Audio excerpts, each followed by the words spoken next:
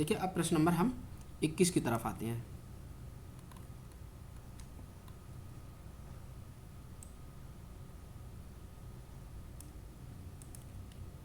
भाषा के अभिलक्षण में यादृच्छिकता क्या है ना? विकृत होना, इच्छा अनुसार माना हुआ, निरस्त किया हुआ या अपभ्रंश। तो देखिए इस शब्द को आप जरूर समझ लीजिएगा, भाषा के संदर्भ में ये बहुत महत्वपूर्ण आता है कि देखिए यादृच्छिकता, ये जो संबंध है, ये जो शब्द है बहुत आता है ना, बहुत पूछा जाता है। यादृच्छिक का मतलब क्या है? किसी चीज को, यानी देखिए जब कोई भाषा होती है ना, जो शब्द होते हैं भाषा के, उनका जो अर्थ होता है वो किसी तर्क पे आधारित नहीं होता, तर्क पर आधारित नहीं होता। यानी वो संबंध क्यों रखा, आप कहिए। अब ये जो पानी है पीने के लिए, पानी, आपने इसको पानी ही क्यों कहा, जबकि अंग्रेजी में इसको किसी ने वाटर कहा। क्या कहा? अंग्रेजी में जब इसको वाटर कहा गया तब इसको उन्होंने पानी क्यों नहीं कहा, वाटर को? तो आप देखिए वो भी तो पानी कह सकते थे, लेकिन उन्होंने पानी कहा, वाटर को हमने पानी कहा। तो यानी पानी से जो जल है H2O जो है, H2O वो जो तत्व है H2O, तो उस H2O को किसी ने पानी कहा और किसी ने जल कहा, किसी ने आब कहा। उर्दू में इसको आब कहा गया और अंग्रेजी में इसको क्या कहा गया, इसको वाटर कहा गया। आप सोचिए, किसी ने इसको वाटर कहा H2O को, किसी ने इसको पानी कहा, किसी ने इसको आब कहा, है ना, और किसी ने जल कहा और किसी ने इसको पानी कहा। यानी इसके देखिए कई सारे अर्थ एक प्रकार से हो गए। तो यानी हम कह सकते हैं कि शब्द का अर्थ से जो संबंध होता है उसके बीच कोई भी प्राकृतिक संबंध नहीं होता, कोई भी तर्क के आधार पर संबंध नहीं है, बल्कि वो क्या है, वो माना हुआ है, बस मान लिया है मनमाने ढंग से। अब क्यों माना किसी ने, सबसे पहले, अब इसका कोई उदाहरण हमें नहीं मिलता, बस हमने परंपरा से चला आ रहा है, मान लिया गया है, तो वही जो है हम मान लेते हैं। तो यादृच्छिक का मतलब होता है किसी को मान लेना, है ना, स्वीकृत कर लेना। यादृच्छिक मनमाने ढंग से उसको मान लेना, तो यही क्या है, यादृच्छिक हो जाता है ना। हमने जैसे उसको पेड़ कहा, किसी ने ट्री कहा, किसी ने वृक्ष कहा, तो और किसी ने दरख्त कहा, दरख्त, किसी ने पेड़ और किसी ने कहा ट्री। अब सोचिए एक ही चीज को उर्दू में या फारसी में उसको दरख्त कहा जा रहा है, हिंदी में खासकर देशज में उसको पेड़ कहा गया, संस्कृत में जिसको वृक्ष कहा गया, है ना, अंग्रेजी में जैसे ट्री कहा गया। एक ही चीज के इतने नाम क्यों बने, है ना, इस एक ही चीज के पेड़ के इतने सारे नाम क्यों बने? इस पेड़ के, ये जो पेड़ है, किसी ने इसको ट्री कहा, किसी ने दरख्त कहा, किसी ने पेड़ कहा, किसी ने वृक्ष कहा, तो ये क्यों कहा गया? तो ये इसीलिए कहा गया क्योंकि इसका कोई भी तर्क नहीं था, बस इसको मान लिया, जिसने जो पहले बोल दिया बस वही स्वीकार कर लिया गया। यानी अर्थ का, शब्द का अर्थ से संबंध माना हुआ होता है। क्या होता है? माना हुआ, बस मान लिया है। क्यों माना है ये नहीं पता, पर शब्द का अर्थ से संबंध माना होने के कारण ही भाषा में इसे यादृच्छिकता कहा गया। अपनी इच्छा से मान लिया भाई हमने। तो अब देखिए आंसर क्या होगा। भाषा के अभिलक्षण में, यानी जो भाषा के फीचर्स हैं, जो भाषा डिजाइन होती है, अभिलक्षण मतलब होता है जो फीचर्स हैं उसके, तो भाषा के फीचर्स में यादृच्छिकता का अर्थ हुआ माना हुआ, इच्छा के अनुसार माना हुआ, अपनी इच्छा से इसको मान लिया है। तो आंसर होगा 21 का डी। प्रश्न नंबर 22, भाषा के तत्व में अनुभूति का संबंध, अनुभूति पक्ष का तत्व कौन सा है ना। भाषा जो होती है वो अनुभूति किस में होती है?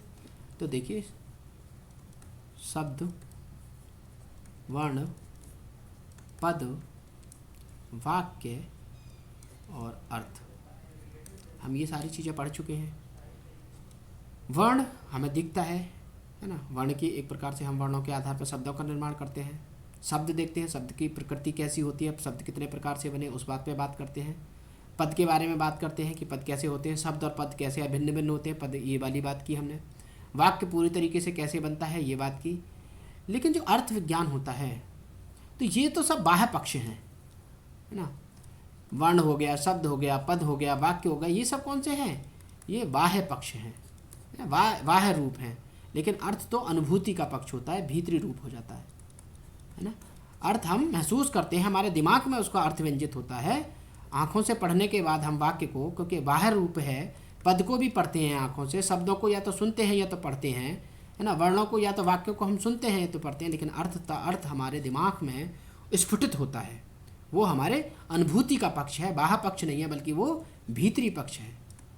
और भीतरी पक्ष जैसे ही होगा तो वो अनुभूति का पक्ष हो जाएगा। इसीलिए भाषा के तत्वों में अनुभूति का पक्ष क्या होगा, न शब्द होगा, न रूप होगा, न ध्वनि होगी, बल्कि अर्थ होगा। अर्थ क्या है, हमारा अनुभूति का पक्ष हो जाएगा। ठीक है। प्रश्न नंबर 23,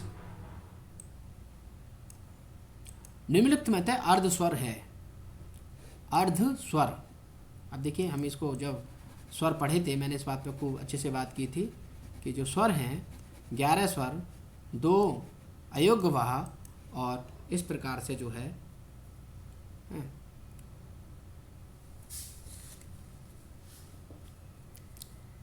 अब देखिए अर्ध स्वर क्या होते हैं, यानी जो ना तो स्वर हैं और ना ही व्यंजन हैं, बल्कि क्या है, इन दोनों के बीच के हैं। आधे स्वर हैं और आधे व्यंजन हैं, इन्हीं को कहा गया अर्ध स्वर। अब देखिए ये जो या है ना, या और वाह। अब देखो मैंने आपको जब मैं पढ़ा रहा था तो मैंने स्वर के बारे में जब आपको विशेषता बताई थी तो इस बारे में मैंने बात की थी कि जो स्वर होते हैं हमारे, वो बिना किसी सहायता के लगातार उच्चरित किए जा सकते हैं, लगातार बोले जा सकते हैं। आ, ई, ऊ। आप कितनी देर तक बोल सकते हैं बिना लगातार उच्चरित किए, आप में कोई भी विकार उत्पन्न बीच में कहीं भी टकराहट नहीं मिलेगी। यानी वो गले के नीचे से, पेट से बोले जाते हैं, मुंह खोल के या मुंह बंद करके, लेकिन उनका जीव होगी उसका कोई संबंध नहीं होगा, बल्कि हमारे गले से सीधी आवाज़ निकल जाएगी। आ, ई, ऊ, ओ, ए, ओ, औ। तो अंदर से आप लगातार बोल सकते हैं, ये आपके स्वर होते हैं। लेकिन व्यंजन की बात जब हमने की थी तो व्यंजन क्या है, वो लगातार नहीं बोले जा सकते, एक बार उच्चरित होने के बाद में पीछे स्वर आ जाएगा। का, का। अब देखिए का, आ की ध्वनि आने लगी जब लगातार बोलेंगे तो का, का। आपका तो गला है वो बंद होकर खुलेगा, का।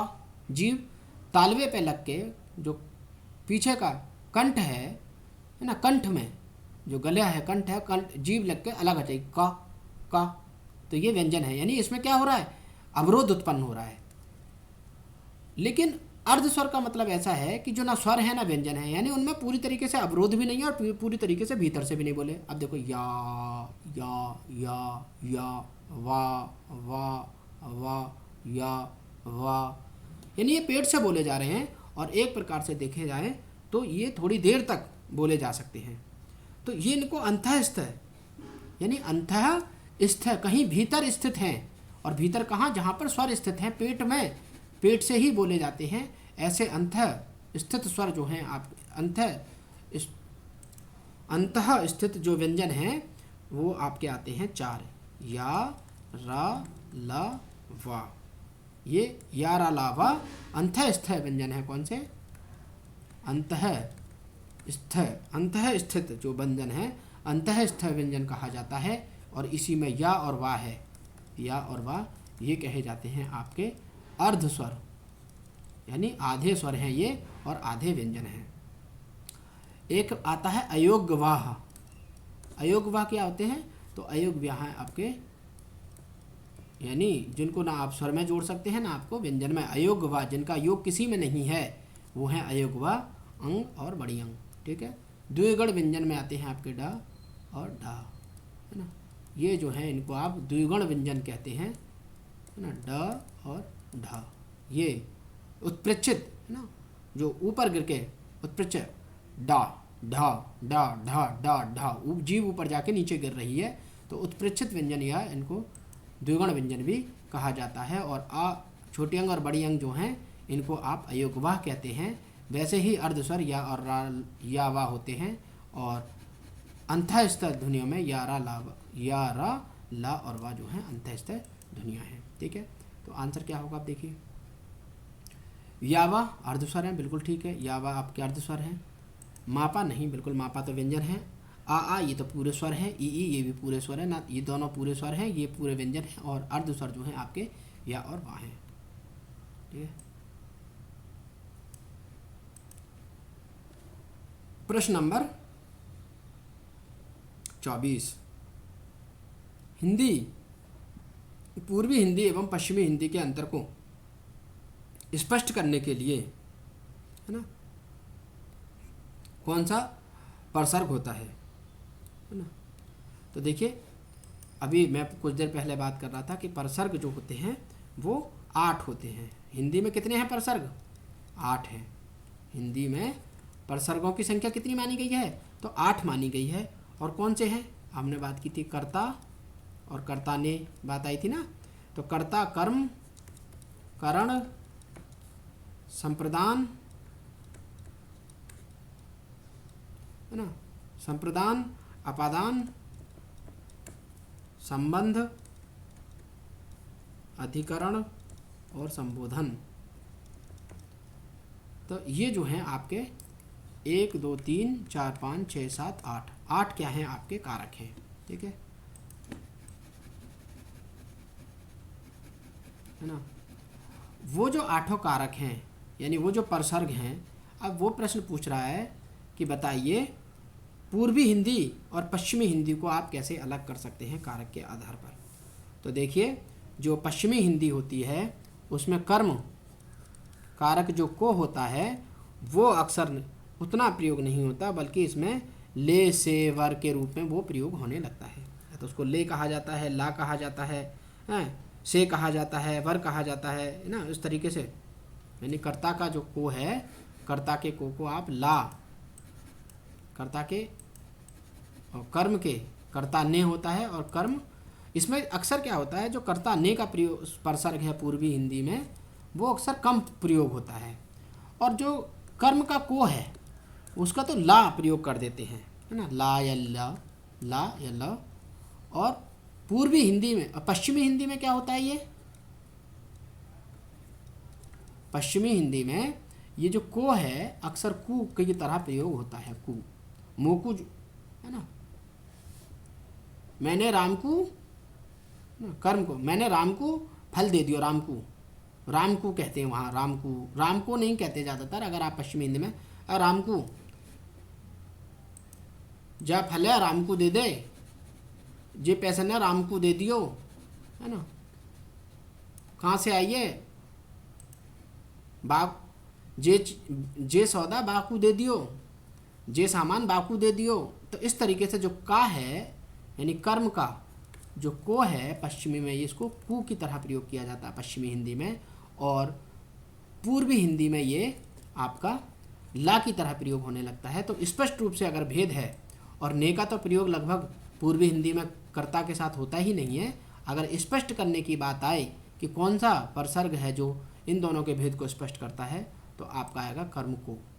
तो कर्म को जो भेद है ये स्पष्ट करता है, दोनों के पूर्वी हिंदी और पश्चिमी हिंदी के अंतर को ज़्यादातर स्पष्ट कर देता है। क्योंकि पूर्वी हिंदी में राम को लिखा आएगा, है ना, मैंने राम को पुस्तक दे दी, मैंने राम को किताब दी थी। जैसे मैं अब बोलूँ अपनी पश्चिमी में जो ब्रज का स्वरूप में बोलूँ या थोड़ा खड़ी बोली का, तो मैंने राम को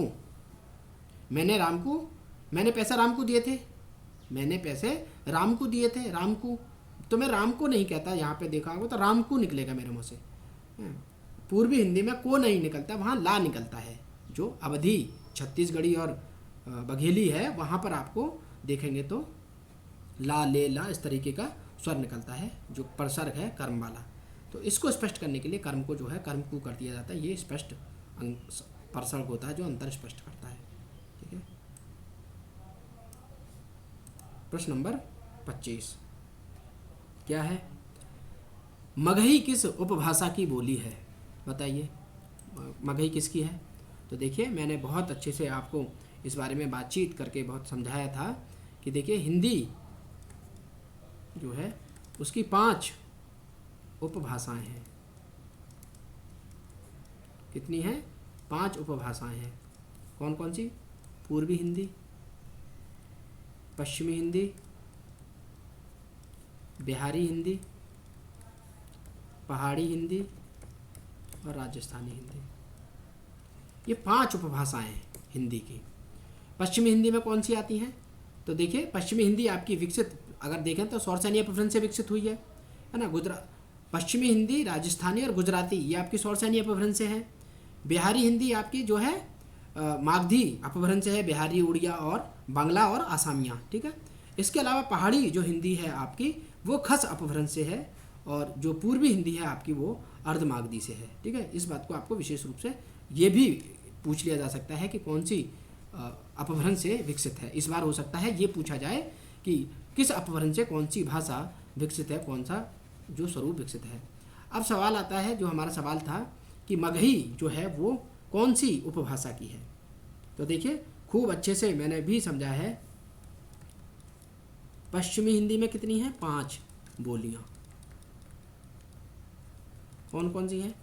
तो देखिए, खड़ी बोली है, और इसी खड़ी बोली को जो है जनपदीय हिंदुस्तानी कहते थे कौन? सुनीति कुमार चटर्जी। और कौरवी कौन कह रहे थे इसको? राहुल साकृत्यानंद। तो ये भी आप जरूर याद रखिएगा, सुनीति कुमार चटर्जी ने इसी खड़ी बोली को जनपदीय हिंदुस्तानी कहा है, और इसी खड़ी बोली को जॉर्ज ग्रियर्सन वर्नाकुलर हिंदुस्तानी कहते हैं। वैसे ही राहुल साकृत्यानंद इसको कौरवी हिंदी कहते हैं। ठीक है।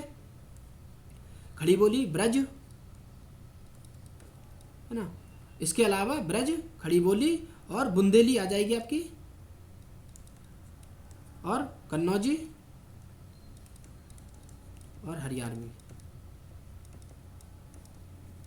ये जो है आपकी 5 बोलियां मिलती हैं पश्चिमी हिंदी में, और पश्चिमी हिंदी का विकास जो है सौरसैनी अपभ्रंश से हुआ है। ठीक है। दूसरी हिंदी है आपकी पूर्वी हिंदी। पूर्वी हिंदी में कौन सी है? तो अवधी, बघेली और छत्तीसगढ़ी। अर्धमागधी से इसका विकास हुआ है, अर्धमागधी अपभ्रंश से पूर्वी हिंदी का। और पूर्वी हिंदी में जो है आपकी 3 बोलियां, पूर्वी हिंदी जो उपभाषा है उसकी 3 बोलियां हैं, अवधी, बघेली और छत्तीसगढ़ी।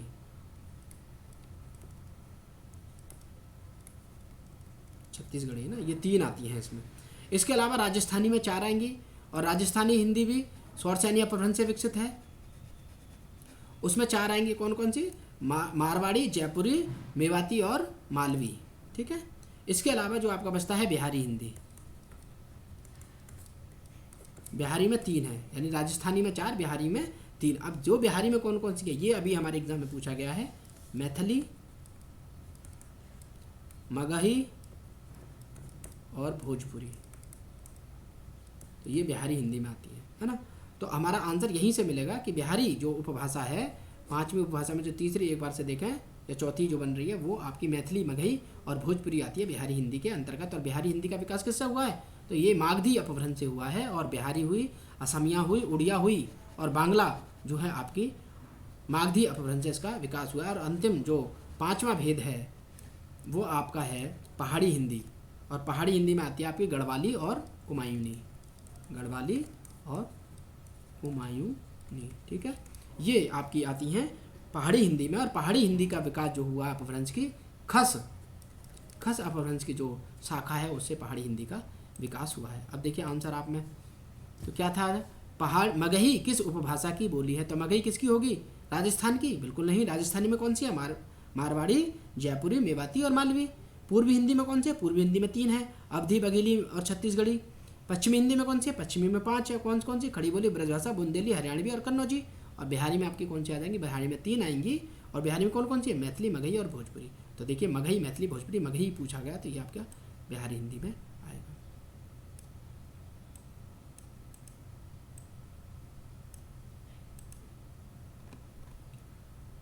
प्रश्न नंबर 26 क्या है? देवनागरी लिपि का प्रमुख दोष क्या है? देखिए ये सवाल थोड़ा सा जटिल है, मुश्किल है, इसको थोड़ा समझ लेते हैं। बड़ा इस तरीके का सवाल पूछा जाता है, इसमें बड़ी संभावनाएं व्यक्त हो जाती हैं। आक्षरिक होना, वैज्ञानिक वर्णक्रम होना, संयुक्त वर्णों के लेखन में विविधता या प्रत्येक ध्वनि के लिए सांकेतिक चिन्ह का प्रमुख दोष कौन सा है? तो देखिए दोष तो सारे माने गए हैं, लेकिन इसमें जो है प्रमुख दोष की बात अगर कही जाए कि जो प्रमुख दोष आ रहा है वो कौन सा प्रमुख दोष है? देखिए जो विद्वानों ने देवनागरी लिपि के दोष स्वीकार किए हैं, अगर उन पर बात करी जाए तो कुछ विद्वान कहते हैं कि जो अगर इसकी बात की जाए कि ये एक तो वर्ण जो होते हैं वो दो तरीके से लिख दिए जाते हैं, है ना। तो वो जो दो तरीका है लिखने का वो आपका बिल्कुल नहीं होना चाहिए वर्णों को लिखने का। एक तो ये दोष माना जाता है। दूसरा, कुछ ध्वनियाँ ऐसी हैं जिनके स्पष्ट अर्थ नहीं होते, जैसे खा है ना।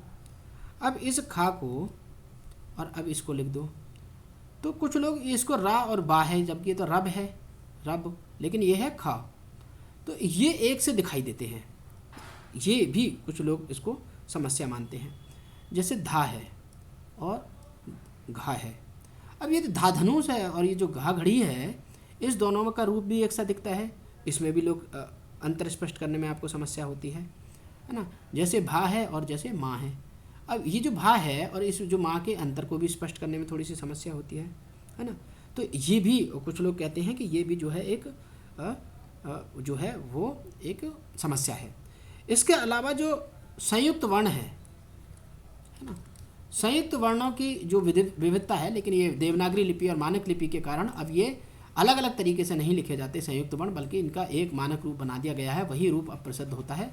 तो ये समस्या कहीं हद तक थोड़ी क्लियर हो गई है, लेकिन है ये भी एक समस्या है वर्णों का, संयुक्त वर्णों का लिखने की, जो अलग अलग तरीके प्रचालित होते हैं। लेकिन जो सबसे बड़ी जो दोष माना गया है देवनागरी लिपि का, वो कहा जाता है कि जो देवनागरी लिपि है, ये जो वर्ण है ना, वर्णात्मक लिपि नहीं है। फिर कैसी लिपि है? जबकि इसको वर्णात्मक होना चाहिए था, ये आक्षरिक लिपि है। कैसी है? आक्षरिक लिपि है। यही इसका दोष स्वीकार किया जाता है कि एक एक ध्वनि के लिए बहुत सारे दोष होते हैं। आक्षरिक ध्वनियाँ होने के कारण जो है ये वर्ण नहीं है, बल्कि अक्षर के आधार पर है। कैसे अक्षर के आधार पर है? क्योंकि हमको जो है वर्ण पढ़ाए जाते हैं, जैसे क, लेकिन अब ये का अगर कलम लिखना है तो हम इसको ऐसे नहीं लिख सकते, कलम को क अ ल म, क ल अ म। वर्ण में तो ऐसे लिखा जाना चाहिए, जैसे हम रख दें राम, राम। अगर अंग्रेजी में रखेंगे तो RAMA, अलग अलग लिख गया, वर्ण के आधार पर हम इसको अलग लिख रहे हैं। लेकिन यहाँ हम जो है उसको वर्ण में जो है मिल रही है, अक्षर बन जाता है हमारा, क्योंकि हम इसको एक साथ प्रयोग करते हैं। क म, क ल म या कमल, जो भी लिख लीजिए, हम इसको मिला के लिखते हैं। तो दोष माना जाता है सबसे बड़ा जो है लिपि का कि चलो वर्णा जो संयुक्त व्यंजन है, जो उनमें अलग अलग तरीके से लिखा जाता था, मानकीकरण कर दिया, अब तो एक ही तरीके से लिखा जाता है ना। और जो कुछ ऐसे स्पष्ट करने में बड़ी समस्या होती है ना, लिखावट की बड़ी जटिलता होती है इसमें। और इस आधार पर देखा जाए तो इसका सबसे बड़ा दोष जो स्वीकार किया जाता है वो देवनागरी लिपि का आक्षरिक होना जो है इसका सबसे बड़ा दोष प्रमुख स्वीकार किया जाता है ना। संयुक्त वर्णों के लेखन की जो विविधता है उसको तो एक करने की कोशिश कर दी गई है मानकीकरण के द्वारा, और प्रत्येक ध्वनि के लिए सांकेतिक चिन्ह, ये भी एक इसका दोष माना जाता है। लेकिन प्रमुख दोष जो है वो आक्षरिक दोष के तौर पर देखा जाता है। और बाड़ा खड़ी की जो बात की थी वो इसीलिए कि हल ध्वनि का अलग अक्षर ना हो, एक सही अक्षर हो जाए, इस चक्कर में इसकी भी बात की थी, पर जो है विद्वानों ने उसे अस्वीकार कर दिया था। प्रश्न नंबर 27, भारतीय संविधान के राजभाषा संबंधित अनुच्छेद कौन से हैं? तो देखिए राजभाषा से संबंधित जो अनुच्छेद हैं, हम इस पर बहुत बातचीत विशद रूप से की थी। तो देखिए इसका 343 से 351, कितना 343 से 351, यानी अनुच्छेद 343 से 351 के अंतर्गत इसको स्वीकार किया जाता है। क्या है, इसको एक बार और देख लेते हैं। आ जाए तो देखो 343 सबसे पहली बात आती है भाषा के बारे में। क्या कहा गया है संविधान में 343 अनुच्छेद के अंतर्गत? तो 343 अनुच्छेद के अंतर्गत कहा गया है कि संघ की भाषा हिंदी और लिपि देवनागरी होगी। संघ की भाषा हिंदी और लिपि देवनागरी होगी। और अक्षरों का प्रयोग, जो अंकों का प्रयोग कैसा होगा? अंकों का प्रयोग जो होगा अंतर्राष्ट्रीय स्तर का होगा, जो अंतर्राष्ट्रीय लेवल पे लिखा जाता है, यानी 1, 2, 3 और 4 वाला। ठीक है, ये है अनुच्छेद 343 के अंतर्गत। लेकिन एक अनुच्छेद है 120। अनुच्छेद 120 क्या कहता है कि संसद की भाषा, जब आप संसद में बोलेंगे, संसद की भाषा हिंदी या अंग्रेजी होगी।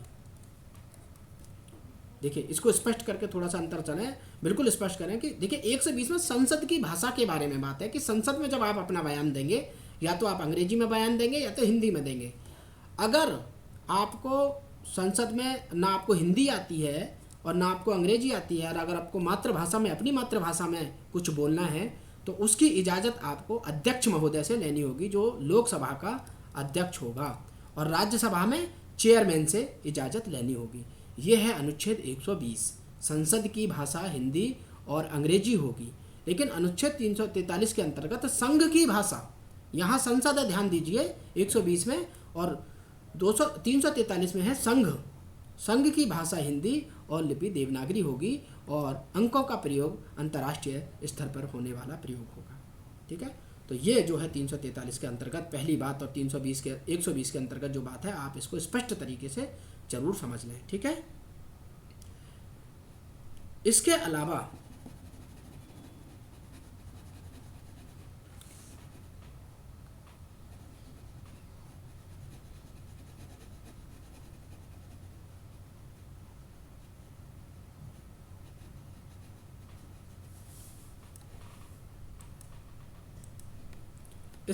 जो अनुच्छेद 43 हो गया, अनुच्छेद 44 के अंतर्गत क्या है? राजभाषा के गठन की बात है, राजभाषा आयोग के गठन की बात है ना। 44A के अंदर 44.3441 के अंतर्गत है ना, 7 जून 1955 को राजभाषा आयोग का गठन का जो जारी किया राष्ट्रपति के द्वारा, उसकी बात है। फिर अगर देखा जाए तो 45 के अंदर क्या है? राज्य में प्रयुक्त होने वाली भाषाएं, उनकी बात की गई है। और 346 में किसकी बात की गई है? तो 346 के अंतर्गत जो है बात होती है आपकी, एक राज्य दूसरे राज्य से किस भाषा में बात करेगा, इस बारे में बातचीत की जाती है ना। और 347 में क्या है कि राज्य की जो जनता है, उस राज्य की जनता की क्या भाषा होगी, यानी उस जनता के आधार पर बोले जाने वाली भाषा होगा, उससे संबंधित उपबंध की बात कर दी जाती है। 348 में जो है उच्चतम न्यायालय, जो उच्चतम न्यायालय हैं, उनके नियमों और विधेयों के बारे में जो भाषा का संबंध है, वो आपको 348 में मिलता है। और 349 के अंतर्गत जो है, जो विधि होती हैं, है ना, जो विधि और विधेयक होते हैं, उनकी भाषा के संदर्भ में बात की गई है। 350 में जो शिकायतें होंगी, यानी आप किस पत्र में आप किसी से शिकायत करेंगे, तो वो कौन से पत्र होंगे, वो आपको 349 के अंतर्गत की जाती है। तो ये जो अगर आप देखें तो 431 से 151 के अंतर्गत जो है भाषाओं के उपबंध की बात की गई है।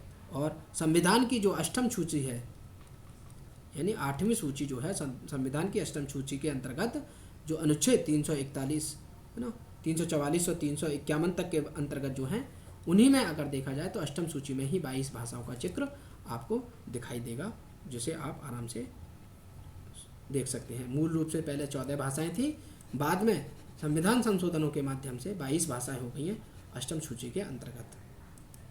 तो देखिए इसका अंतर हो गया 343 से लेकर 351 के अंतर्गत। प्रश्न नंबर 28, हिंदी दिवस कब मनाया जाता है? तो देखिए हिंदी दिवस मनाया जाता है आपका 14 सितंबर को। क्यों मनाया जाता है 14 सितंबर को? तो देखिए 14 सितंबर को इसलिए मनाया जाता है कि 14 सितंबर 1949 14 सितंबर 1949, ये साल 14 सितंबर 1949 को संविधान सभा जो थी हमारी जो संविधान सभा थी, उसने ये निर्णय लिया था कि हिंदी जो है वो आधिकारिक तौर पर हिंदी जो है केंद्र की जो है भाषा होगी ना। संघ, वही जो केंद्र हम कह रहे हैं, संघ की भाषा को स्वीकार किया गया था, केंद्र की भाषा के तौर पर स्वीकार किया गया था। वही जो अनुच्छेद 343 में यही कहा था कि संघ की भाषा हिंदी और लिपि देवनागरी होगी और अंकों का स्वरूप अंतर्राष्ट्रीय होगा। तो ये जो 343 अनुच्छेद के अंतर्गत स्वीकार किया गया है हिंदी भाषा को, ये करा गया था 14 सितंबर 1949 के अंतर्गत। इसीलिए 14 सितंबर को पूरे भारत में या हिंदी दिवस के रूप में इसको मनाया जाता है ना। यही जो है इसके पीछे राज है। 14 सितंबर 1949 को संविधान सभा में जो अनुच्छेद 343 के अंतर्गत भाषा को, हिंदी भाषा को संघ की या केंद्र की भाषा और लिपि देवनागरी स्वीकार किया गया है। इसीलिए 14 सितंबर को हिंदी दिवस के रूप में मनाया जाता है। प्रश्न नंबर 29 क्या है? केशव कही न जाए कह कहिए। केशव कही न जाए का कहिए उक्ति किस कवि की है? देखिए, मैं ये वाली बात आराम से आपसे कई बार बता चुका हूँ कि जो तुलसी का विनय पत्रिका है, ये विनय पत्रिका से ली गई पंक्ति है। केशव से मतलब आप इसको जैसे केशव आया तो ये मत सोचिए कि ये केशव दास हैं, यानी ये केशव दास नहीं है, बल्कि केशव तो भगवान जो है भगवान कृष्ण को, केशव यानी भगवान कृष्ण को केशव कहा जाता है। यानी कृष्ण को, जो विष्णु हैं, विष्णु को भी केशव कहा जाता है, तो भगवान जो कृष्ण हैं उनको केशव कहा जाता है। और वो कह रहे हैं कि क्या कह रहे हैं तुलसी कि केशव कही न जा का कहिए, कि केशव मुझसे उसके बारे में मैं क्या कहूँ जो मुझसे कही नहीं जाती। देखत तब रचना विचित्र अति समुझ मन हेरी रहिए, है ना। कि आप देखते हैं, आप मेरी जो विचित्र मन की स्थिति है आप उसको खुद ही समझ लीजिए, मैं आपसे क्या कहूँ, है ना। तो तुलसीदास विनय पत्रिका में जो है एक प्रकार से ये अर्चना कर रहे हैं अपना जो कलिकाल की जो समस्या है उनको बताने के लिए। इसके अलावा तुलसीदास की जो विनय पत्रिका की बहुत महत्वपूर्ण रचना है, हो सकता है आपसे इस बार केशव कही न ये ना जाके पूछकर क्या पूछ लिया जाए, अब क्या पूछ लिया जाए, अब लो नसानी अब ना नसे हो सकता है आपके ये पंक्तियाँ पूछ ली जाएं। ये भी उनकी जो है विनय पत्रिका से ही है। राम कृपा भव निशा सिरानी अबलो नसानी अबना नसैनो, राम कृपा भव निशा सिरानी जागे फिरी ना डसे हों। ये भी जो है उनकी बहुत महत्वपूर्ण पंक्तियाँ हैं। इसके अलावा तुलसीदास की हो सकता है इस बार विनय पत्रिका से ना पूछ के कवितावली से पूछ लिया। वैसे विनय पत्रिका आपके सिलेबस में लगी हुई है, तो विनय पत्रिका से ही संभावना है कि जो है आपसे फिर से विनय पत्रिका से ही कुछ पूछ लिया जाए, है ना। पंक्तियाँ जो हैं विनय पत्रिका से ही पूछी जाएं, लेकिन फिर भी धूत कहो अब धूत कहो, या खेती को किसान, है ना, खेती न किसान को भिखारी को ना भी, वो जो है कवितावली की पंक्तियाँ हैं, लेकिन विनय पत्रिका से क्योंकि आपके सिलेबस में लगी हुई है, तो हो सकता है आपको इस बार ये पूछ लिया जाए या फिर से पूछ लिया जाए कि ये सब कहीं ना जा कहिए। तो ये विनय पत्रिका की पंक्ति हैं और आपके सिलेबस में भी लगी हुई हैं, इसीलिए आप उन पंक्तियों को जरूर याद रखें। और ये भी अब लो नसानी, अब लो नसानी अब ना न से हों, अब ना न से हों। तो ये जो पंक्तियां हैं, राम कृपा भव निशा निरानी, राम कृपा भव निशा सिरानी जागे फिर न डसे हों, अबलो नसानी अब ना नसैनो। तो हो सकता है ये इस बार पंक्तियाँ आपकी पूछ ली जाएं विनय पत्रिका से, है ना।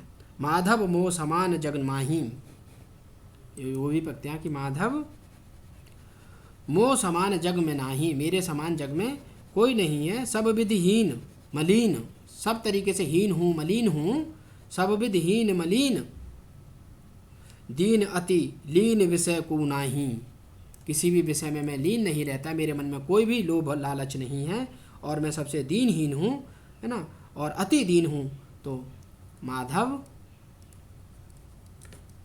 मोसो कह रहे हैं कि माधव मो समान,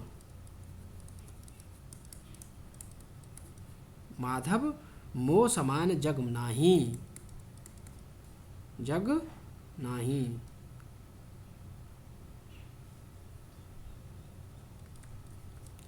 तो ये भी जो है पंक्तियां तुलसीदास की विनय पत्रिका की हैं। तो विनय पत्रिका की कुछ महत्वपूर्ण पंक्तियां है ना। माधव मो समान जग नाही, हे माधव, माधव कहा गया भगवान राम को कि माधव मेरे समान इस दुनिया में इस जग में कोई नहीं है इतना, कैसा कि सब विधिहीन, हर तरीके से सारे नियमों से सब विधिहीन, सभी तरीके से मैं हीन हूँ, सबसे गया गुजरा हूँ। और जो है फिर वो कह रहे हैं मलिन, और मैं सबसे ज़्यादा मलिन हूँ, गंदा हूँ, मतलब मैं मलिन हो चुका हूँ, बहुत मेरा दीनहीन अति लीन विषय को नहीं। तो जो है तुलसीदास विनय पत्रिका में जो कर रहे हैं, और विनय पत्रिका की निश्चित पंक्तियाँ पूछी जा सकती हैं क्योंकि आपके सिलेबस में लगी हुई है। और केशव के नाम से आप इसको केशव दास की पंक्तियाँ ना कर दें, क्योंकि इसमें केशव दास पूछा है, तो आप इसको केशव दास ना करें, बल्कि ये तुलसीदास की पंक्ति हैं और ये आपकी विनय पत्रिका से ली गई हैं। केशव कही न जा का कहिए, हैं, केशव कही न जा का कहिए, सून भीति पर, आगे क्या कहते हैं कि सून भीति पर चित्र नहीं, तनु मनु लिखा चितेरे, केशव कही न जा का कहिए। तो ये तुलसीदास की पंक्तियाँ हैं विनय पत्रिका की। आप केशव से संबंधित हो उसको केशव का चिन्ह ना लगा दें, ठीक है, इस बात को जरूर याद रखें। ये पंक्तियाँ आपकी तुलसीदास ने के विनय पत्रिका से पूछी गई हैं। प्रश्न नंबर 30,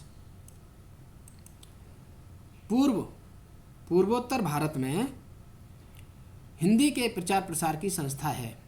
पूर्वोत्तर, तो पूर्वोत्तर जो आपका जो क्षेत्र है पूर्वोत्तर ना, जो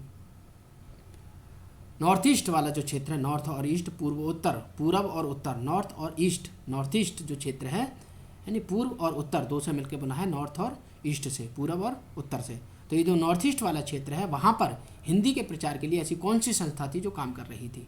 तो देखिए, राष्ट्रभाषा प्रचार समिति वर्धा, तो ये तो वर्धा है, और वर्धा कहाँ है? महाराष्ट्र में है। तो महाराष्ट्र कहाँ है? दक्षिण में है। तो ये तो 1936 की उनकी एक संस्था थी, हिंदी के प्रसार में लगी हुई थी, है ना, महाराष्ट्र में थी, वर्धा में। 1936 में इसकी स्थापना हुई थी। लेकिन 1936 में ही एक और संस्था की स्थापना हुई थी, वो पूर्वोत्तर में हुई थी, वो थी आपकी असम राष्ट्रभाषा प्रचार समिति। ये भी 1938 में इसका स्थापना हुई थी, और ये जो नॉर्थ ईस्ट है, जो पूर्वोत्तर भारत में, वहाँ पर हिंदी का प्रचार कर रही थी।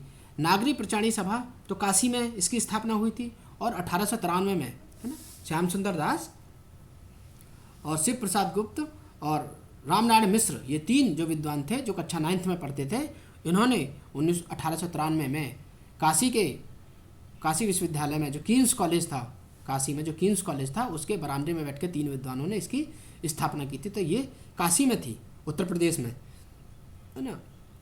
महाराष्ट्र प्रचार समिति वर्धा, ये महाराष्ट्र में थी, लेकिन असम राष्ट्रभाषा प्रचार समिति 1936 में जो है, 1938 में, 1936 की तो वर्धा होगी, है ना। तो 1936 में असम राष्ट्रभाषा प्रचार समिति, राष्ट्रभाषा हिंदी के बारे में प्रचार करने के लिए, हिंदी के प्रचार प्रसार के लिए ये संस्था खोली गई थी, है ना। बहुत महत्वपूर्ण संस्था है। और इसके अलावा अगर मैं कुछ संस्थाओं के नाम अगर आपको और बताऊं कि याद करने लिए जो, तो आप एक तो नागरिक प्रचारणी सभा काशी उत्तर प्रदेश 1893 में, वो याद रख सकते हैं। फोर्ट विलियम कॉलेज की स्थापना भी पश्चिम बंगाल में हुई थी 1800 में, है ना। इसके अलावा अगर आपको कोई पूछा जा सकता है तो वो पूछा जाता है महात्मा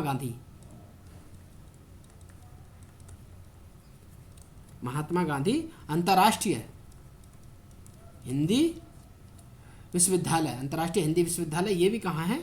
वर्धा में है, इसने भी महाराष्ट्र में है। तो ये भी जो है हिंदी के प्रचार प्रसार के लिए इसका बहुत प्रयोग हुआ, और ये अभी कुल 25-30 साल पहले 1997 में जो है इसकी स्थापना हुई है, ठीक है। जो है महात्मा गांधी अंतर्राष्ट्रीय विश्वविद्यालय, हिंदी विश्वविद्यालय वर्धा में, महाराष्ट्र में, है। इसके अलावा असम प्रचार जो सभा है, आप इसको भी याद रख सकते हैं। ये भी असम में जो है बहुत महत्वपूर्ण रूप से जो स्वीकार की गई थी। तो ये हो सकता है, फिर से हो सकता है पूछ ली जाए या आसाम वाली ना पूछ के आपके।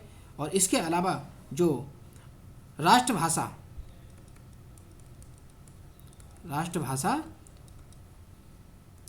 प्रचार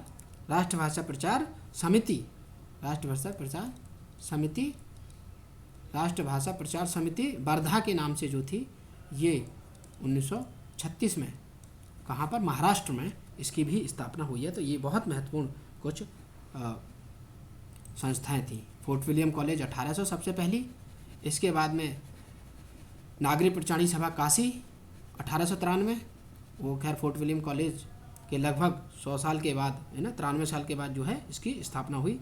इसके बाद हिंदी साहित्य सम्मेलन प्रयाग में हुई थी 1910 में, और दक्षिण भारत हिंदी प्रसार संस्था मद्रास चेन्नई में भी हुई थी, तो 1915 में हुई है। ठीक है। और नॉर्थ ईस्ट में जो होती है वो आपकी होती है आसाम, गुवाहाटी में हुई थी, है ना। गुवाहाटी जो आसाम का क्षेत्र है गुवाहाटी, वहाँ पर ये हुई थी असम राष्ट्रभाषा प्रचार समिति गुवाहाटी, आसाम 1938 में। ठीक है, आप इसको जो है याद रख सकते हैं।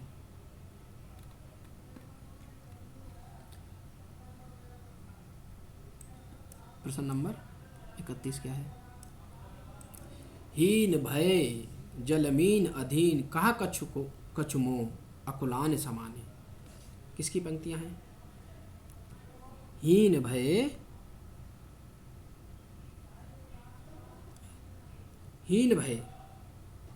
कौन हो रहे हैं हीन? तो हीन हो रहे हैं घनानंद, है ना। तो आपका जो है घनानंद से पूछा जा रहा है हीन भय अकुलान, है ना, उसकी जो है बात कर रहे हैं। तो ये जो है पंक्तियां भी आप जरूर याद कीजिएगा कि ये जो पंक्तियां हैं, है ना, वो बहुत महत्वपूर्ण पंक्तियां हैं। और इन पंक्तियों को जो है आप देख सकते हैं कि ये घनानंद की पंक्तियां हैं, बहुत महत्वपूर्ण पंक्तियां हैं, एग्ज़ाम में कई बार पूछी गई हैं। इसलिए आप इनको विशेष तौर पर जो है इनका ज़रूर ख्याल रखें ना, याद करें, इसको भूलें ना, है ना। बहुत महत्वपूर्ण पंक्तियां हैं किनकी? ये आपकी घनानंद की। और इसके अलावा अगर इनकी कुछ पंक्तियां और आती हैं जो बहुत महत्वपूर्ण हैं, जैसे अति सूधो सनेको मार्ग है जहाँ नैप सयापन बांक नहीं, तुम कौन थे पाठी पड़े हो लला मन लेह को देव छटाक नहीं। तो ये घनानंद की कुछ बहुत बेहतरीन पंक्तियां हैं। या नए नए रूप को नित नित सवारी, जैसा वो क्या है रूप, वो ऐसा रूप है, जब जब मैं उसको देखता हूँ तो वो मुझे रूप उसका नया नया लगता है। तो नए नए रूप को, वो भी पंक्ति इनकी बहुत महत्वपूर्ण है। इसके अलावा आप एक आध बोधा या आलम की इनमें से कोई पंक्ति याद कर सकते हैं। तो इसके अलावा प्रश्न नंबर 32, कान्हा किसकी रचना है? कहनावत। तो देखिए कन्हावत जो रचना है आपकी है जायसी की, है ना। और जायसी की रचना बहुत महत्वपूर्ण रचना है, आप उनको जरूर याद रखें। जायसी की जो रचना है, उनकी पद्मावत तो आपको पता ही है, जो आपके सिलेबस में है ना, 1540 की है, बहुत महत्वपूर्ण रचना है ना, प्रेम कहानी है। इसके अलावा जायसी की रचना है अखरावट, है ना। और अखरावट में क्या है कि जो वर्णमाला है, वर्णमाला के एक एक अक्षर का दार्शनिक आधार पर, सिद्धांतों के आधार पर इसमें जो है इनका सिद्धांत किया है, वर्णमाला के एक एक अक्षर के आधार पर, किसमें? अखरावट में। इसके अलावा आखिरी कलाम है, और आखिरी कलाम में क्या है, जो कयामत का वर्ण है, यानी मुसलमान धर्म के अनुसार, इस्लाम धर्म के अनुसार जो अंत में कयामत आएगी, उस कयामत का वर्ण आपको आखिरी कलाम में मिलेगा। और यही आखिरी कलाम ऐसी रचना है जिसमें जायसी ने मुगल जो बादशाह था बाबर की प्रशंसा भी आखिरी कलाम में की है। इसके अलावा जायसी की जो रचना है चित्रलेखा, ये भी इनकी एक क्या है, प्रेमानाख्यान काव्य है, बड़ा छोटा सा ही जो है एक प्रेमानाख्यान काव्य है चित्रलेखा, जो है जायसी का, बहुत महत्वपूर्ण है। इसके अलावा इनका कहरानामा है, कहरानामा, ये जो कहरानामा, ये भी एक आध्यात्मिक विवाह के संबंध को केंद्र में रखकर लिखा है। इसके अलावा मसलननामा है ना, और फिर आपकी कन्हावत आती थी। मसलन नामा, ये है, यानी ईश्वर भक्ति की बात की गई है। और कन्हावत जो है इनकी, जैसी कि कन्हावत जो है वो कृष्ण के संबंधित है ना, कृष्ण कथा से संबंधित इसमें बात की गई है और बहुत महत्वपूर्ण रचना है जायसी की। तो देखिए जायसी की पद्मावत, अखरावट, आखिरी कराम, चित्ररेखा, कहनानामा, मसलननामा और कहनावत, ये बहुत महत्वपूर्ण रचना है जिन रचनाओं को आप याद जरूर करके रखें। तो कन्हावत, चित्ररेखा, और चित्ररेखा जो है इनकी आखिरी कलाम में कयामत का वर्ण है ना, और अखरावट, तो आखिरी कलाम, अखरावट, कहनावत और पद्मावत, ये 4 रचनाएं आप जरूर जायसी की याद रखें। प्रश्न नंबर 33 क्या है? निज भाषा उन्नत अहे सब उन्नति को मूल, बिन निज भाषा ज्ञान के मिटे न ही अकासूल। भारतेंदु क्या कह रहे हैं? भारतेंदु की पंक्तियाँ भारतेंदु हरिश्चंद्र की क्या कह रहे हैं कि जो निज भाषा है उसकी उन्नति के बिना आपके हिये का, आपके जो मन का जो सूल है वो कभी भी जो है उसको जो है वो सूल नहीं मिट सकता। आपका जो है निज भाषा के बिना आपकी उन्नति कभी भी नहीं हो सकती। देखिए भारतेंदु के बारे में बहुत अच्छी अच्छी पंक्तियाँ उन्होंने लिखी हैं। कुछ भी आ सकता है, जैसे ये पंक्तियाँ आई हैं इस बार कुछ और पंक्तियाँ आ सकती हैं, है ना। जैसे निज भाषा, ये तो यही है इनकी जो आपको याद हो ही जाएगी, पिछली बार आ चुकी है।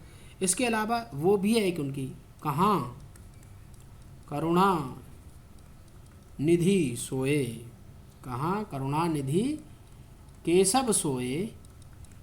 क्या कह रहे हैं? हे करुणा निधि केशव, आप कहाँ जाके सो गए हो? जागत नहीं, जागत नहीं, जागत नाही अनेकन जतन करी भारतवासी रोए। हे करुणानिधि केशव, तुम कहाँ जाकर सो गए हो? कौन कह रहे हैं? भारतेंदु कह रहे हैं कि हे करुणानिधि केशव। देखिए यहाँ पे ये केशव से आप केशव दास की रचना ना कर दें इसको, है ना। जब इसमें भारतवासी, हे कहाँ करुणानिधि केशव सोए, जैसे ही केशव को सोने के संदर्भ में बात आए तो आप समझ लेना ये भारतेंदु की बात है और भारत की दुर्दशा के बारे में, भारत पर अंग्रेज किस प्रकार से अत्याचार कर रहे थे कि हे केशव हमारी रक्षा क्यों नहीं करते तुम अंग्रेजों से, कि कहाँ करुणा निधि केशव सोए, जागत नाही अनेक जतन करी भारतवासी, के भारतवासी कितना भी जतन कर रहे हैं, हे करुणानिधि केशव आप कहाँ सोए हुए हैं, आप जाग के हमारा जो है उद्धार करें, हमें इन अंग्रेजों से मुक्ति दिलाएं। करुणा, कहाँ करुणा निधि केशव सोए, जागत नहीं, है ना, जागत नाही अनेक जतन करी भारतवासी रोए। भारतवासी रो रो के अनेक जतन कर रहे हैं, फिर भी तुम करुणा केशव निधि कहाँ सोए हुए हो। इसके अलावा भीतर भीतर सब रस चूचे ना, हंस हंस के धन धन मन से, जाहिर बातन में तेज सखी क्यों नहीं सकी सज्जन अंग्रेज। वो जो उनकी पंक्तियाँ हैं वो भी आप जरूर याद रखें। इसके अलावा उनकी एक और वो जो है, रोबत मिलहु आवत भारत भाई, रोबतु रोबहु सब मिली आवत भारत भाई, है ना, रोबत रोबहु सब मिली आवत आवहु भारत भाई, हा हा, हा हा कर रहे हैं, हे दुख व्यक्त कर रहे हैं, हा हा भारत दुर्दशा न देखी जाए। तो ये जो है ये भी पंक्तियाँ पूछी जा सकती हैं, बहुत महत्वपूर्ण पंक्तियाँ हैं। तो आप जो है इन पंक्तियों को जरूर कुछ याद रखें, या जैसे हैं उर्दू हाय हाय कहाँ से दारी हाय हाय, या फिर जो वो कहते हैं भीतर भीतर सब रस चूसे, तन मन धन सब मुँह से, जाहिर वातन में अति तेज क्यों सखी सज्जन नहीं अंग्रेज, है ना। वो जो मुकरियाँ हैं वो भी पूछी जा सकती हैं। भारतेंदु की बहुत महत्वपूर्ण रचनाएं हैं।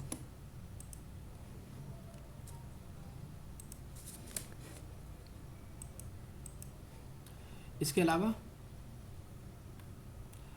और हाँ, अगर आप एक रचना, एक पंक्तियाँ और ज़रूर याद रखें, वो किसकी? प्रताप नारायण मिश्र की। ये भी आपसे पूछी जा सकती हैं, प्रताप नारायण मिश्र की। कौन सी? वो बहुत महत्वपूर्ण पंक्तियाँ हैं, कौन करे जो कसकत नाही, कौन करे जो नहीं कसकत, ऐसा कौन सा कलेजा है जो कसकता नहीं है, जिसमें करुणा कसके नहीं, कौन किसकी, सुनी विपत्ति बाल विधवन की। ये जो बाल विधवन हैं इनकी, बाल विधवन की, ऐसा कौन सा कलेजा है, ऐसा कौन सा हृदय है जो बाल विधवा हैं, छोटी छोटी जो विधवा हैं, इनके दुखों को देखकर जिनका मन कसकता ना हो, ऐसे कौन हो सकते हैं। तो प्रताप नारायण की ये पंक्तियाँ भी बहुत महत्वपूर्ण है। कौन करे जो नहीं कसकत, सुन विपत्ति बाल विधवन की, यानी जो बाल विधवा हैं, छोटी छोटी जो विधवा हैं, उनकी अगर विपत्ति सुनकर ऐसा कौन सा कलेजा हो सकता है जो नहीं कर सकता हो। इसके अलावा प्रश्न नंबर 34 क्या है, अंधेरी नगरी किस विधा की कृति है। तो देखिए अंधेरी नगरी नाटक है, और नाटक के कुछ रूप हैं, जैसे प्रहसन होते हैं, भाण होते हैं, है ना। तो ये अंधेरी नगरी तो प्रहसन है, क्या है, अंधेरी नगरी प्रहसन है। और ये जो प्रहसन है और कौन सी रचना है, तो वेद की हिंसा हिंसा न भवती जो है आपका भारतेंदु का, वो भी एक प्रहसन है। और इसके अलावा विस्मोधम जो है उनका भाण है। और भाण में क्या होता है, वो एक पात्र होता है, बस भाण में एक पात्र पे ही पूरा नाटक डिपेंड करता है। और गीत रूपक, तो गीत रूपक के बारे में जो बात आती है तो वो आती है इनका नील देवी, इनका जो नील देवी रचना है, जो नाटक है, वो इनका गीत रूपक के आती है। और जो भारत दुर्दशा है, जो एग्ज़ाम में आपने पढ़ा भी है, तो वो आपके सिलेबस में शायद है, अंधेर नगरी और भारत दुर्दशा। तो भारत दुर्दशा जो है इनका रासक, है ना, क्या है वो, रासक या रूपक, एक प्रकार से नाट्य है या रासक है, या उसको लाक्ष्य रूपक भी कहा जाता है, और है ना। और गीत नाटिका के तौर पर जो है इनकी चंद्रावली को याद किया जाता है। तो अंधेरे नगरी इनका प्रहसन हो गया, और जो है वैद्य की हिंसा हिंसा न भक्ति, वो दोनों जो है प्रहसन है। बाकी विस्मोधम जो है इनका भाण हो जाता है। और प्रेम जोगनी एक अंक का नाटिका है, चंद्रावली नाटिका है वो भी ना। इसके अलावा जो भारत दुर्दशा है वो इनका रूपक नाट्य या रासक के रूप में कहा जाता है। और गीति रूपक के रूप में जो है इनका वो नील देवी है। ये जो गीति रूपक लिखा हुआ है तो भारतेंदु का वो नील देवी है। तो इस बात को जो है आपको ज़रूर याद रखिएगा, इसको नहीं भूलना, ठीक है। इसके अलावा और भारतेंदु के नाटकों को ज़रूर, कौन से मौलिक हैं, कौन से अनुदित नाटक हैं, तो आप ज़रूर उनको याद करिएगा। जैसे इनके अगर मैं अनुदित जो अनुवाद किए हैं उन्होंने, जो अनुवाद है नाटक, वो कौन से हैं इनके, एक तो है इनका रत्नावली, है ना। इसके अलावा इनका है विद्या सुंदर, और इनका पाखंड विजय, ये प्रबोध चंद्र के ऊपर है, पाखंड विखंडन। और फिर इनका हो गया धनंजय विजय, फिर हो गया इनका कपूर मंजरी। ये इनके अनुवाद हैं सब, सत्य हरिश्चंद्र और रवि भारत जननी। इसके अलावा दुर्लभ बंधु और मुद्रा राक्षस और दुर्लभ बंधु, ये जो हैं इनके अनुदित हैं। इसके अलावा जो बचते हैं वो सब इनके मौलिक हैं। और मौलिक में जो आते हैं सती प्रलाप, वैद की हिंसा हिंसा न भवती, विस्मय बोधम और प्रेम जोगनी, चंद्रावली, भारत दुर्दशा और नील देवी और अंधेरी नगरी। तो ये जो हैं इनके मौलिक हैं। और अनुवाद में रत्नावली, विद्या सुंदर, पाखंड विखंडन, धनंजय विजय, कपूर मंजरी, सत्य हरिश्चंद्र, भारत जननी और दुर्लभ बंधु, और इसके अलावा मुद्रा राक्षस। तो ये जो है इनके अनुवाद हैं। जरूर नाटकों को आप विशेष रूप से मौलिक और अनुवाद का भेद भी जरूर याद कर लिएगा।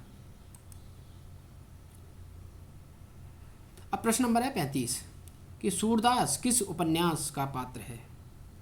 देखिए मैं कल भी बातचीत जब कर रहा था तो सूरदास किसका है, तो देखिए जो प्रेमचंद के जो उपन्यास हैं, है ना, उनमें एक है रंगभूमि, चौगाने हस्ती, उर्दू में क्या था ये, चौगाने हस्ती के नाम से। तो रंगभूमि में कौन कौन से पात्र हैं, रंगभूमि के पात्रों में पहला है सूरदास, आपको जरूर याद रखना है, रंगभूमि का पात्र है सूरदास। इसके अलावा है सोफिया है,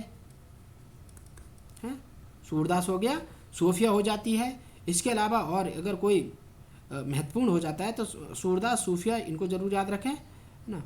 और आप रंगभूमि के दो ही याद रख सकते हैं, सूरदास और सोफिया हैं तो खैर कई सारी हैं, भरत सिंह भी है, महेंद्र कुमार है, विनय सुभागी है ना, जान सेवक भी है, इंदू है, जानवी है, मिठुआ है, ताहिर अली है, कई सारे पात्र हैं। लेकिन आपको जो पात्र याद रखने हैं रंगभूमि के, वो आपको सूरदास और सोफिया जरूर याद रखें। इसके अलावा प्रेमचंद का जो और उपन्यास हैं, दो जो आपको याद रखने चाहिए पात्र बहुत महत्वपूर्ण रूप से। अब की बार हो सकता है रंगभूमि का सूरदास ना पूछ के कोई और पूछ लिया जाए, तो देखिए आप गबन के पात्र याद रख सकते हैं। और ज़्यादातर कोशिश करें जो आपके सिलेबस में जो लगे हुए हैं, सिलेबस के जो भी उपन्यास हैं उनके पात्रों के जरूर याद नाम कर लें, है ना, जो भी सिलेबस में है। तो गबन में तो जालपा है ना, जालपा और रामनाथ, तो इसको दो याद कर सकते हैं। इसके अलावा जो गोदान को आप बिल्कुल ना भूलें, गोदान के पात्र जरूर याद रखें। कौन कौन, जैसे होरी है, धनिया है, गोबर है, झुनिया है, भोला है, राय साहब हैं, है ना। आपको गोदान के पात्र इस बार जरूर याद रखें। मेहता है उसमें, मालती है ना, माता दीन है, माता दीन है, लाला भगवान दीन है, माता दीन है, गोविंदी है। तो ये जो हैं ये गोदान के पात्र हैं। इसके अलावा आप जो है मृणाल किसकी है, त्यागपत्र की मृणाल जैनेन्द्र का उपन्यास है त्यागपत्र, उसकी जो है मृणाल है। और बाणभट्ट की जो है बाणभट्ट है और निपुणका या निरुणिया है, तो आप इनको भी जरूर याद रखें। और शेखर एक जीवनी की जो शशि और शेखर हैं उनको याद रख सकते हैं। तो ये कुछ पात्र हैं, जरूर याद रखें। और हाँ, आपके सिलेबस में जो है मैला आंचल भी लगा हुआ है। कौन सा, मैला आंचल, तो आप मैला आंचल के भी पात्र जरूर याद रखें, बहुत महत्वपूर्ण है ना। कौन कौन है, तो बामन दास आपको याद रखना है, बामन दास, एक तो ये पात्र है, बहुत महत्वपूर्ण पात्र है। इसके अलावा कालीचरण भी है ना, इस पात्र को याद रखना है। इसके अलावा जो है आपको डॉक्टर, और इसमें कमली है, महिला पात्रों में कमली है और डॉक्टर है और तहसीलदार है ना, डॉक्टर, तहसीलदार और सेवादास भी है, रामदास सेवादास भी मिलेंगे, लेकिन बामन दास पूछा जाता है सबसे ज़्यादा। बामन दास, कालीचरण, कमली, डॉक्टर और तहसीलदार, डॉक्टर, तहसीलदार, और इसके अलावा कमली और बामन दास, कालीचरण, रामदास और वो जो हैं सेवादास भी पूछ लिए जाते हैं। लेकिन सेवादास अगर चाहो तो सेवादास को याद रख सकते हैं ना, बामन दास जरूर याद रखना है मैलांचल से। बामन दास, कालीचरण, कमली, डॉक्टर, तहसीलदार, डॉक्टर और तहसीलदार, है ना, ये जो है बहुत महत्वपूर्ण जो है आपके वो हैं पात्र मैलांचल के। मैलांचल के पात्र जरूर याद रखिएगा। अगर उपन्यास न पढ़ा हो, कहाँ, मैरीगंज की कथा है, पूर्णिया बिहार की है, बहुत महत्वपूर्ण उपन्यास है, जरूर उससे संबंधित प्रश्न संभवतः बिल्कुल बनेगा। तो सूरदास आपका जो है किसका पात्र हो गया, तो सूरदास जो है आपका हो गया रंगभूमि का। तो आपका कौन सा आंसर हो जाएगा, आंसर हो जाएगा डी। गोदान का होरी और दुनिया, होरी, धनिया, गोबर और झुनिया हो गए। और इसके अलावा जो आपका कर्म भूमि है, तो कर्म भूमि में यहाँ पे अमरकांत है ना, अमरकांत बहुत महत्वपूर्ण है, उसमें समरकांत है, मैना है, सुखदा है ना, सकीना कर्म भूमि की ही पात्र है, सकीना वो भी बहुत महत्वपूर्ण पात्र हो जाती है। ठीक है, इसके अलावा प्रश्न नंबर 36, चिंतामणि संकलन में किस प्रकार के निबंध है। तो देखिए आचार्य रामचंद्र शुक्ल का चिंतामणि बहुत महत्वपूर्ण निबंध संग्रह है, ये भी जरूर पूछा जाएगा, आपके सिलेबस में है। तो देखिए इसके निबंध जो है मनोवैज्ञानिक है ना, कैसे हैं, मनोवैज्ञानिक हैं चिंतामणि के निबंध। और चिंतामणि का जो भाग 1 है वो शुक्ल ने 1939 में ही प्रकाशित कर दिया था। चिंतामणि भाग 1 1939 में, लगभग 17 निबंध हैं उसमें। कौन कौन से, भाव या मनोविकार, पहला है भाव या मनोविकार के नाम से। दूसरा कौन सा है, दूसरा है उनका उत्साह नाम से। तीसरा निबंध कौन सा है, तीसरा है श्रद्धा और भक्ति। चौथा कौन सा है, तो चौथे की बात आएगी उनमें करुणा की बात। पांचवा लज्जा और गिलानी, लज्जा और गिलानी। इसके अलावा 6 लोभ और प्रीति, लोभ और प्रीति। इसके अलावा उनका सातवां आ जाएगा घृणा,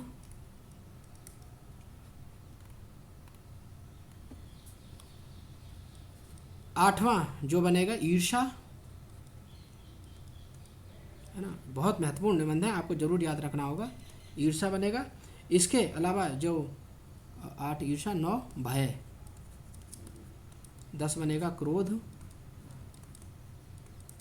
और 11 जो बहुत महत्वपूर्ण है, सबसे ज़्यादा महत्वपूर्ण है, कविता क्या है। ये 11वां निबंध है उनका, कविता क्या है। 12 में आ जाएगा भारतेंदु हरिश्चंद्र, भारतेंदु हरिश्चंद्र। 13 में जो आएंगे उनके तुलसी का जो भक्ति मार्ग है, तुलसी का भक्ति मार्ग आएगा। और 14 में जो बात करेंगे तो वो मानस की धर्म भूमि, और मानस कौन सा, रामचरित मानस, तो मानस की धर्म भूमि। और 15 में आएगा काव्य में जो है लोक मंगल की साधनावस्था।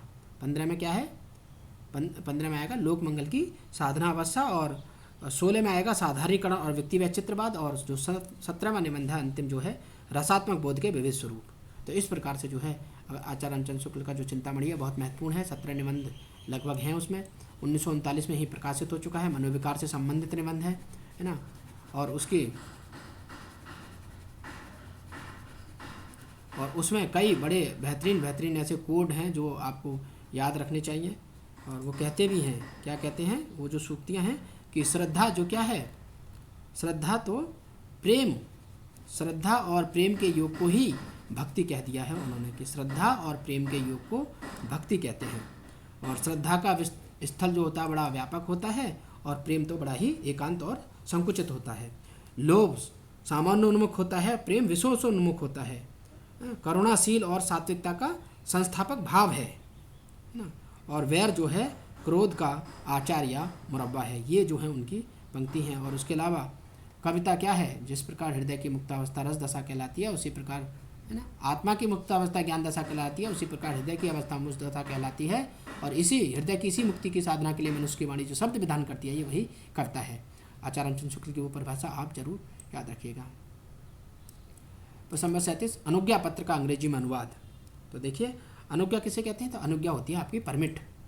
आप जो है परमिट ले लें, यही आपकी क्या है, अनुज्ञा है ना। और परमिशन माना क्या होता है, तो परमिशन माने होता है आप अनुमति, आप जो है परमिशन चाहते हैं, अनुमति चाहते हैं। लेकिन परमिट ले दिया, आपको अनुज्ञा पत्र मिल गया, आप परमिट मिल गया, अब आप अपनी गाड़ी, आपको परमिट मिल गया, आपको अनुज्ञा पत्र हासिल हो चुका है। लाइसेंस है। इसके अलावा जो है लाइसेंस का मतलब क्या होता है, तो लाइसेंस का मतलब होता है अनुज्ञप्ति, है ना, अनुज्ञप्ति ना। लाइसेंस अनुज्ञप्ति, परमिट अनुज्ञा पत्र, परमिशन जो है अनुमति। और अप्रूवल मतलब हो जाता है किसी चीज़ को स्वीकार करा लेना, है ना, अप्रूव करा लिया तो आपने, ये आपका अप्रूवल है। ठीक है। प्रश्न नंबर 38, अधिसूचना के लिए अंग्रेजी में कौन सा शब्द प्रयोग होता है, कौन सा होता है अधिसूचना के लिए। अधिसूचना जो शब्द है उसको अंग्रेजी में आप क्या कहते हैं, तो देखिए ऑर्डिनेंस को तो कहा जाता है अध्यादेश, कि भाई ऑर्डिनेंस आया है, अध्यादेश आया है ना। नोटिस के लिए क्या कहते हैं, तो नोटिस के लिए कहते हैं सूचना, आपको सूचना मिली है, नोटिस मिला है। और नोटिफिकेशन को कहा जाता है अधिसूचना, नोटिफिकेशन को क्या कहा जाता है, अधिसूचना। और गजट को क्या कहा जाता है, गजट होता है आपका राजपत्र, जो राजपत्र निकलता है, सरकार जिस पत्र को निकालती है जिसमें जानकारी होती है, पूरा लेखा जोखा होता है गजट में, तो ये जो है गजट कहा जाता है राजपत्र को। नोटिफिकेशन कहा जाता है अधिसूचना को, नोटिस कहा जाता है सूचना को, और ऑडियंस कहा जाता है एक प्रकार सा अध्यादेश को। ये ऑडियंस आया है। ठीक है। प्रश्न नंबर 39, रिकमेंडेशन का जो है हिंदी अनुवाद क्या होना चाहिए, है ना। रिकमेंडेशन का हिंदी अनुवाद क्या होना चाहिए, तो देखो रिकमेंडेशन का मतलब होता है आप किसी की जो है सिफारिश कर रहे हैं, है ना। रिकमेंडेशन में सिफारिश, और सिफारिश का सही शब्द क्या बनता है, वो बनता है संस्तुति, है ना। और रिकमेंडेड अगर आगे ना आए रिकमेंडेड, तो रिकमेंडेड को कहते हैं संस्तुत, है ना। और अग्रसारित, अग्रसारित का मतलब होता है फॉरवर्डेड, आपने किसी चीज़ को फॉरवर्डेड कर दिया, फॉरवर्ड कर दीजिए आप मेरा लेटर, कि जब हम कहते हैं कि हमारा जो है लेटर फॉरवर्ड हो गया था, फॉरवर्डेड को ही कहते हैं अग्रसारित, अग्रसारित कहा जाता है फॉरवर्डेड को, फॉरवर्ड आप कर देते हैं आगे फॉरवर्डेड है ना, तो फॉरवर्डेड को अग्रसारित कहा जाता है। वैसे ही संस्तुति को रिकमेंडेशन कहा जाता है, संस्तुति को कहा जाता है रिकमेंडेड, और प्रस्तुति को कहा प्रेजेंटेशन, प्रस्तुत कर रहे हैं तो आप प्रेजेंटेशन कर रहे हैं। इसके अलावा प्रश्न नंबर 40, फॉर्म शब्द का हिंदी अनुवाद क्या होगा, है ना। तो फॉर्म शब्द का हिंदी अनुवाद क्या होना चाहिए। देखिए पत्र मतलब लेटर होता है, प्रपत्र मतलब कहते हैं आप फॉर्म को, और विपत्र, विपत्र होता है एक प्रकार का बिल, और प्रवेश पत्र कहते हैं एडमिट कार्ड। तो फॉर्म मतलब होगा प्रपत्र, पत्र मतलब तो होता है लेटर, और प्रपत्र मतलब होता है फॉर्म। तो इस प्रकार से जो है आपका ये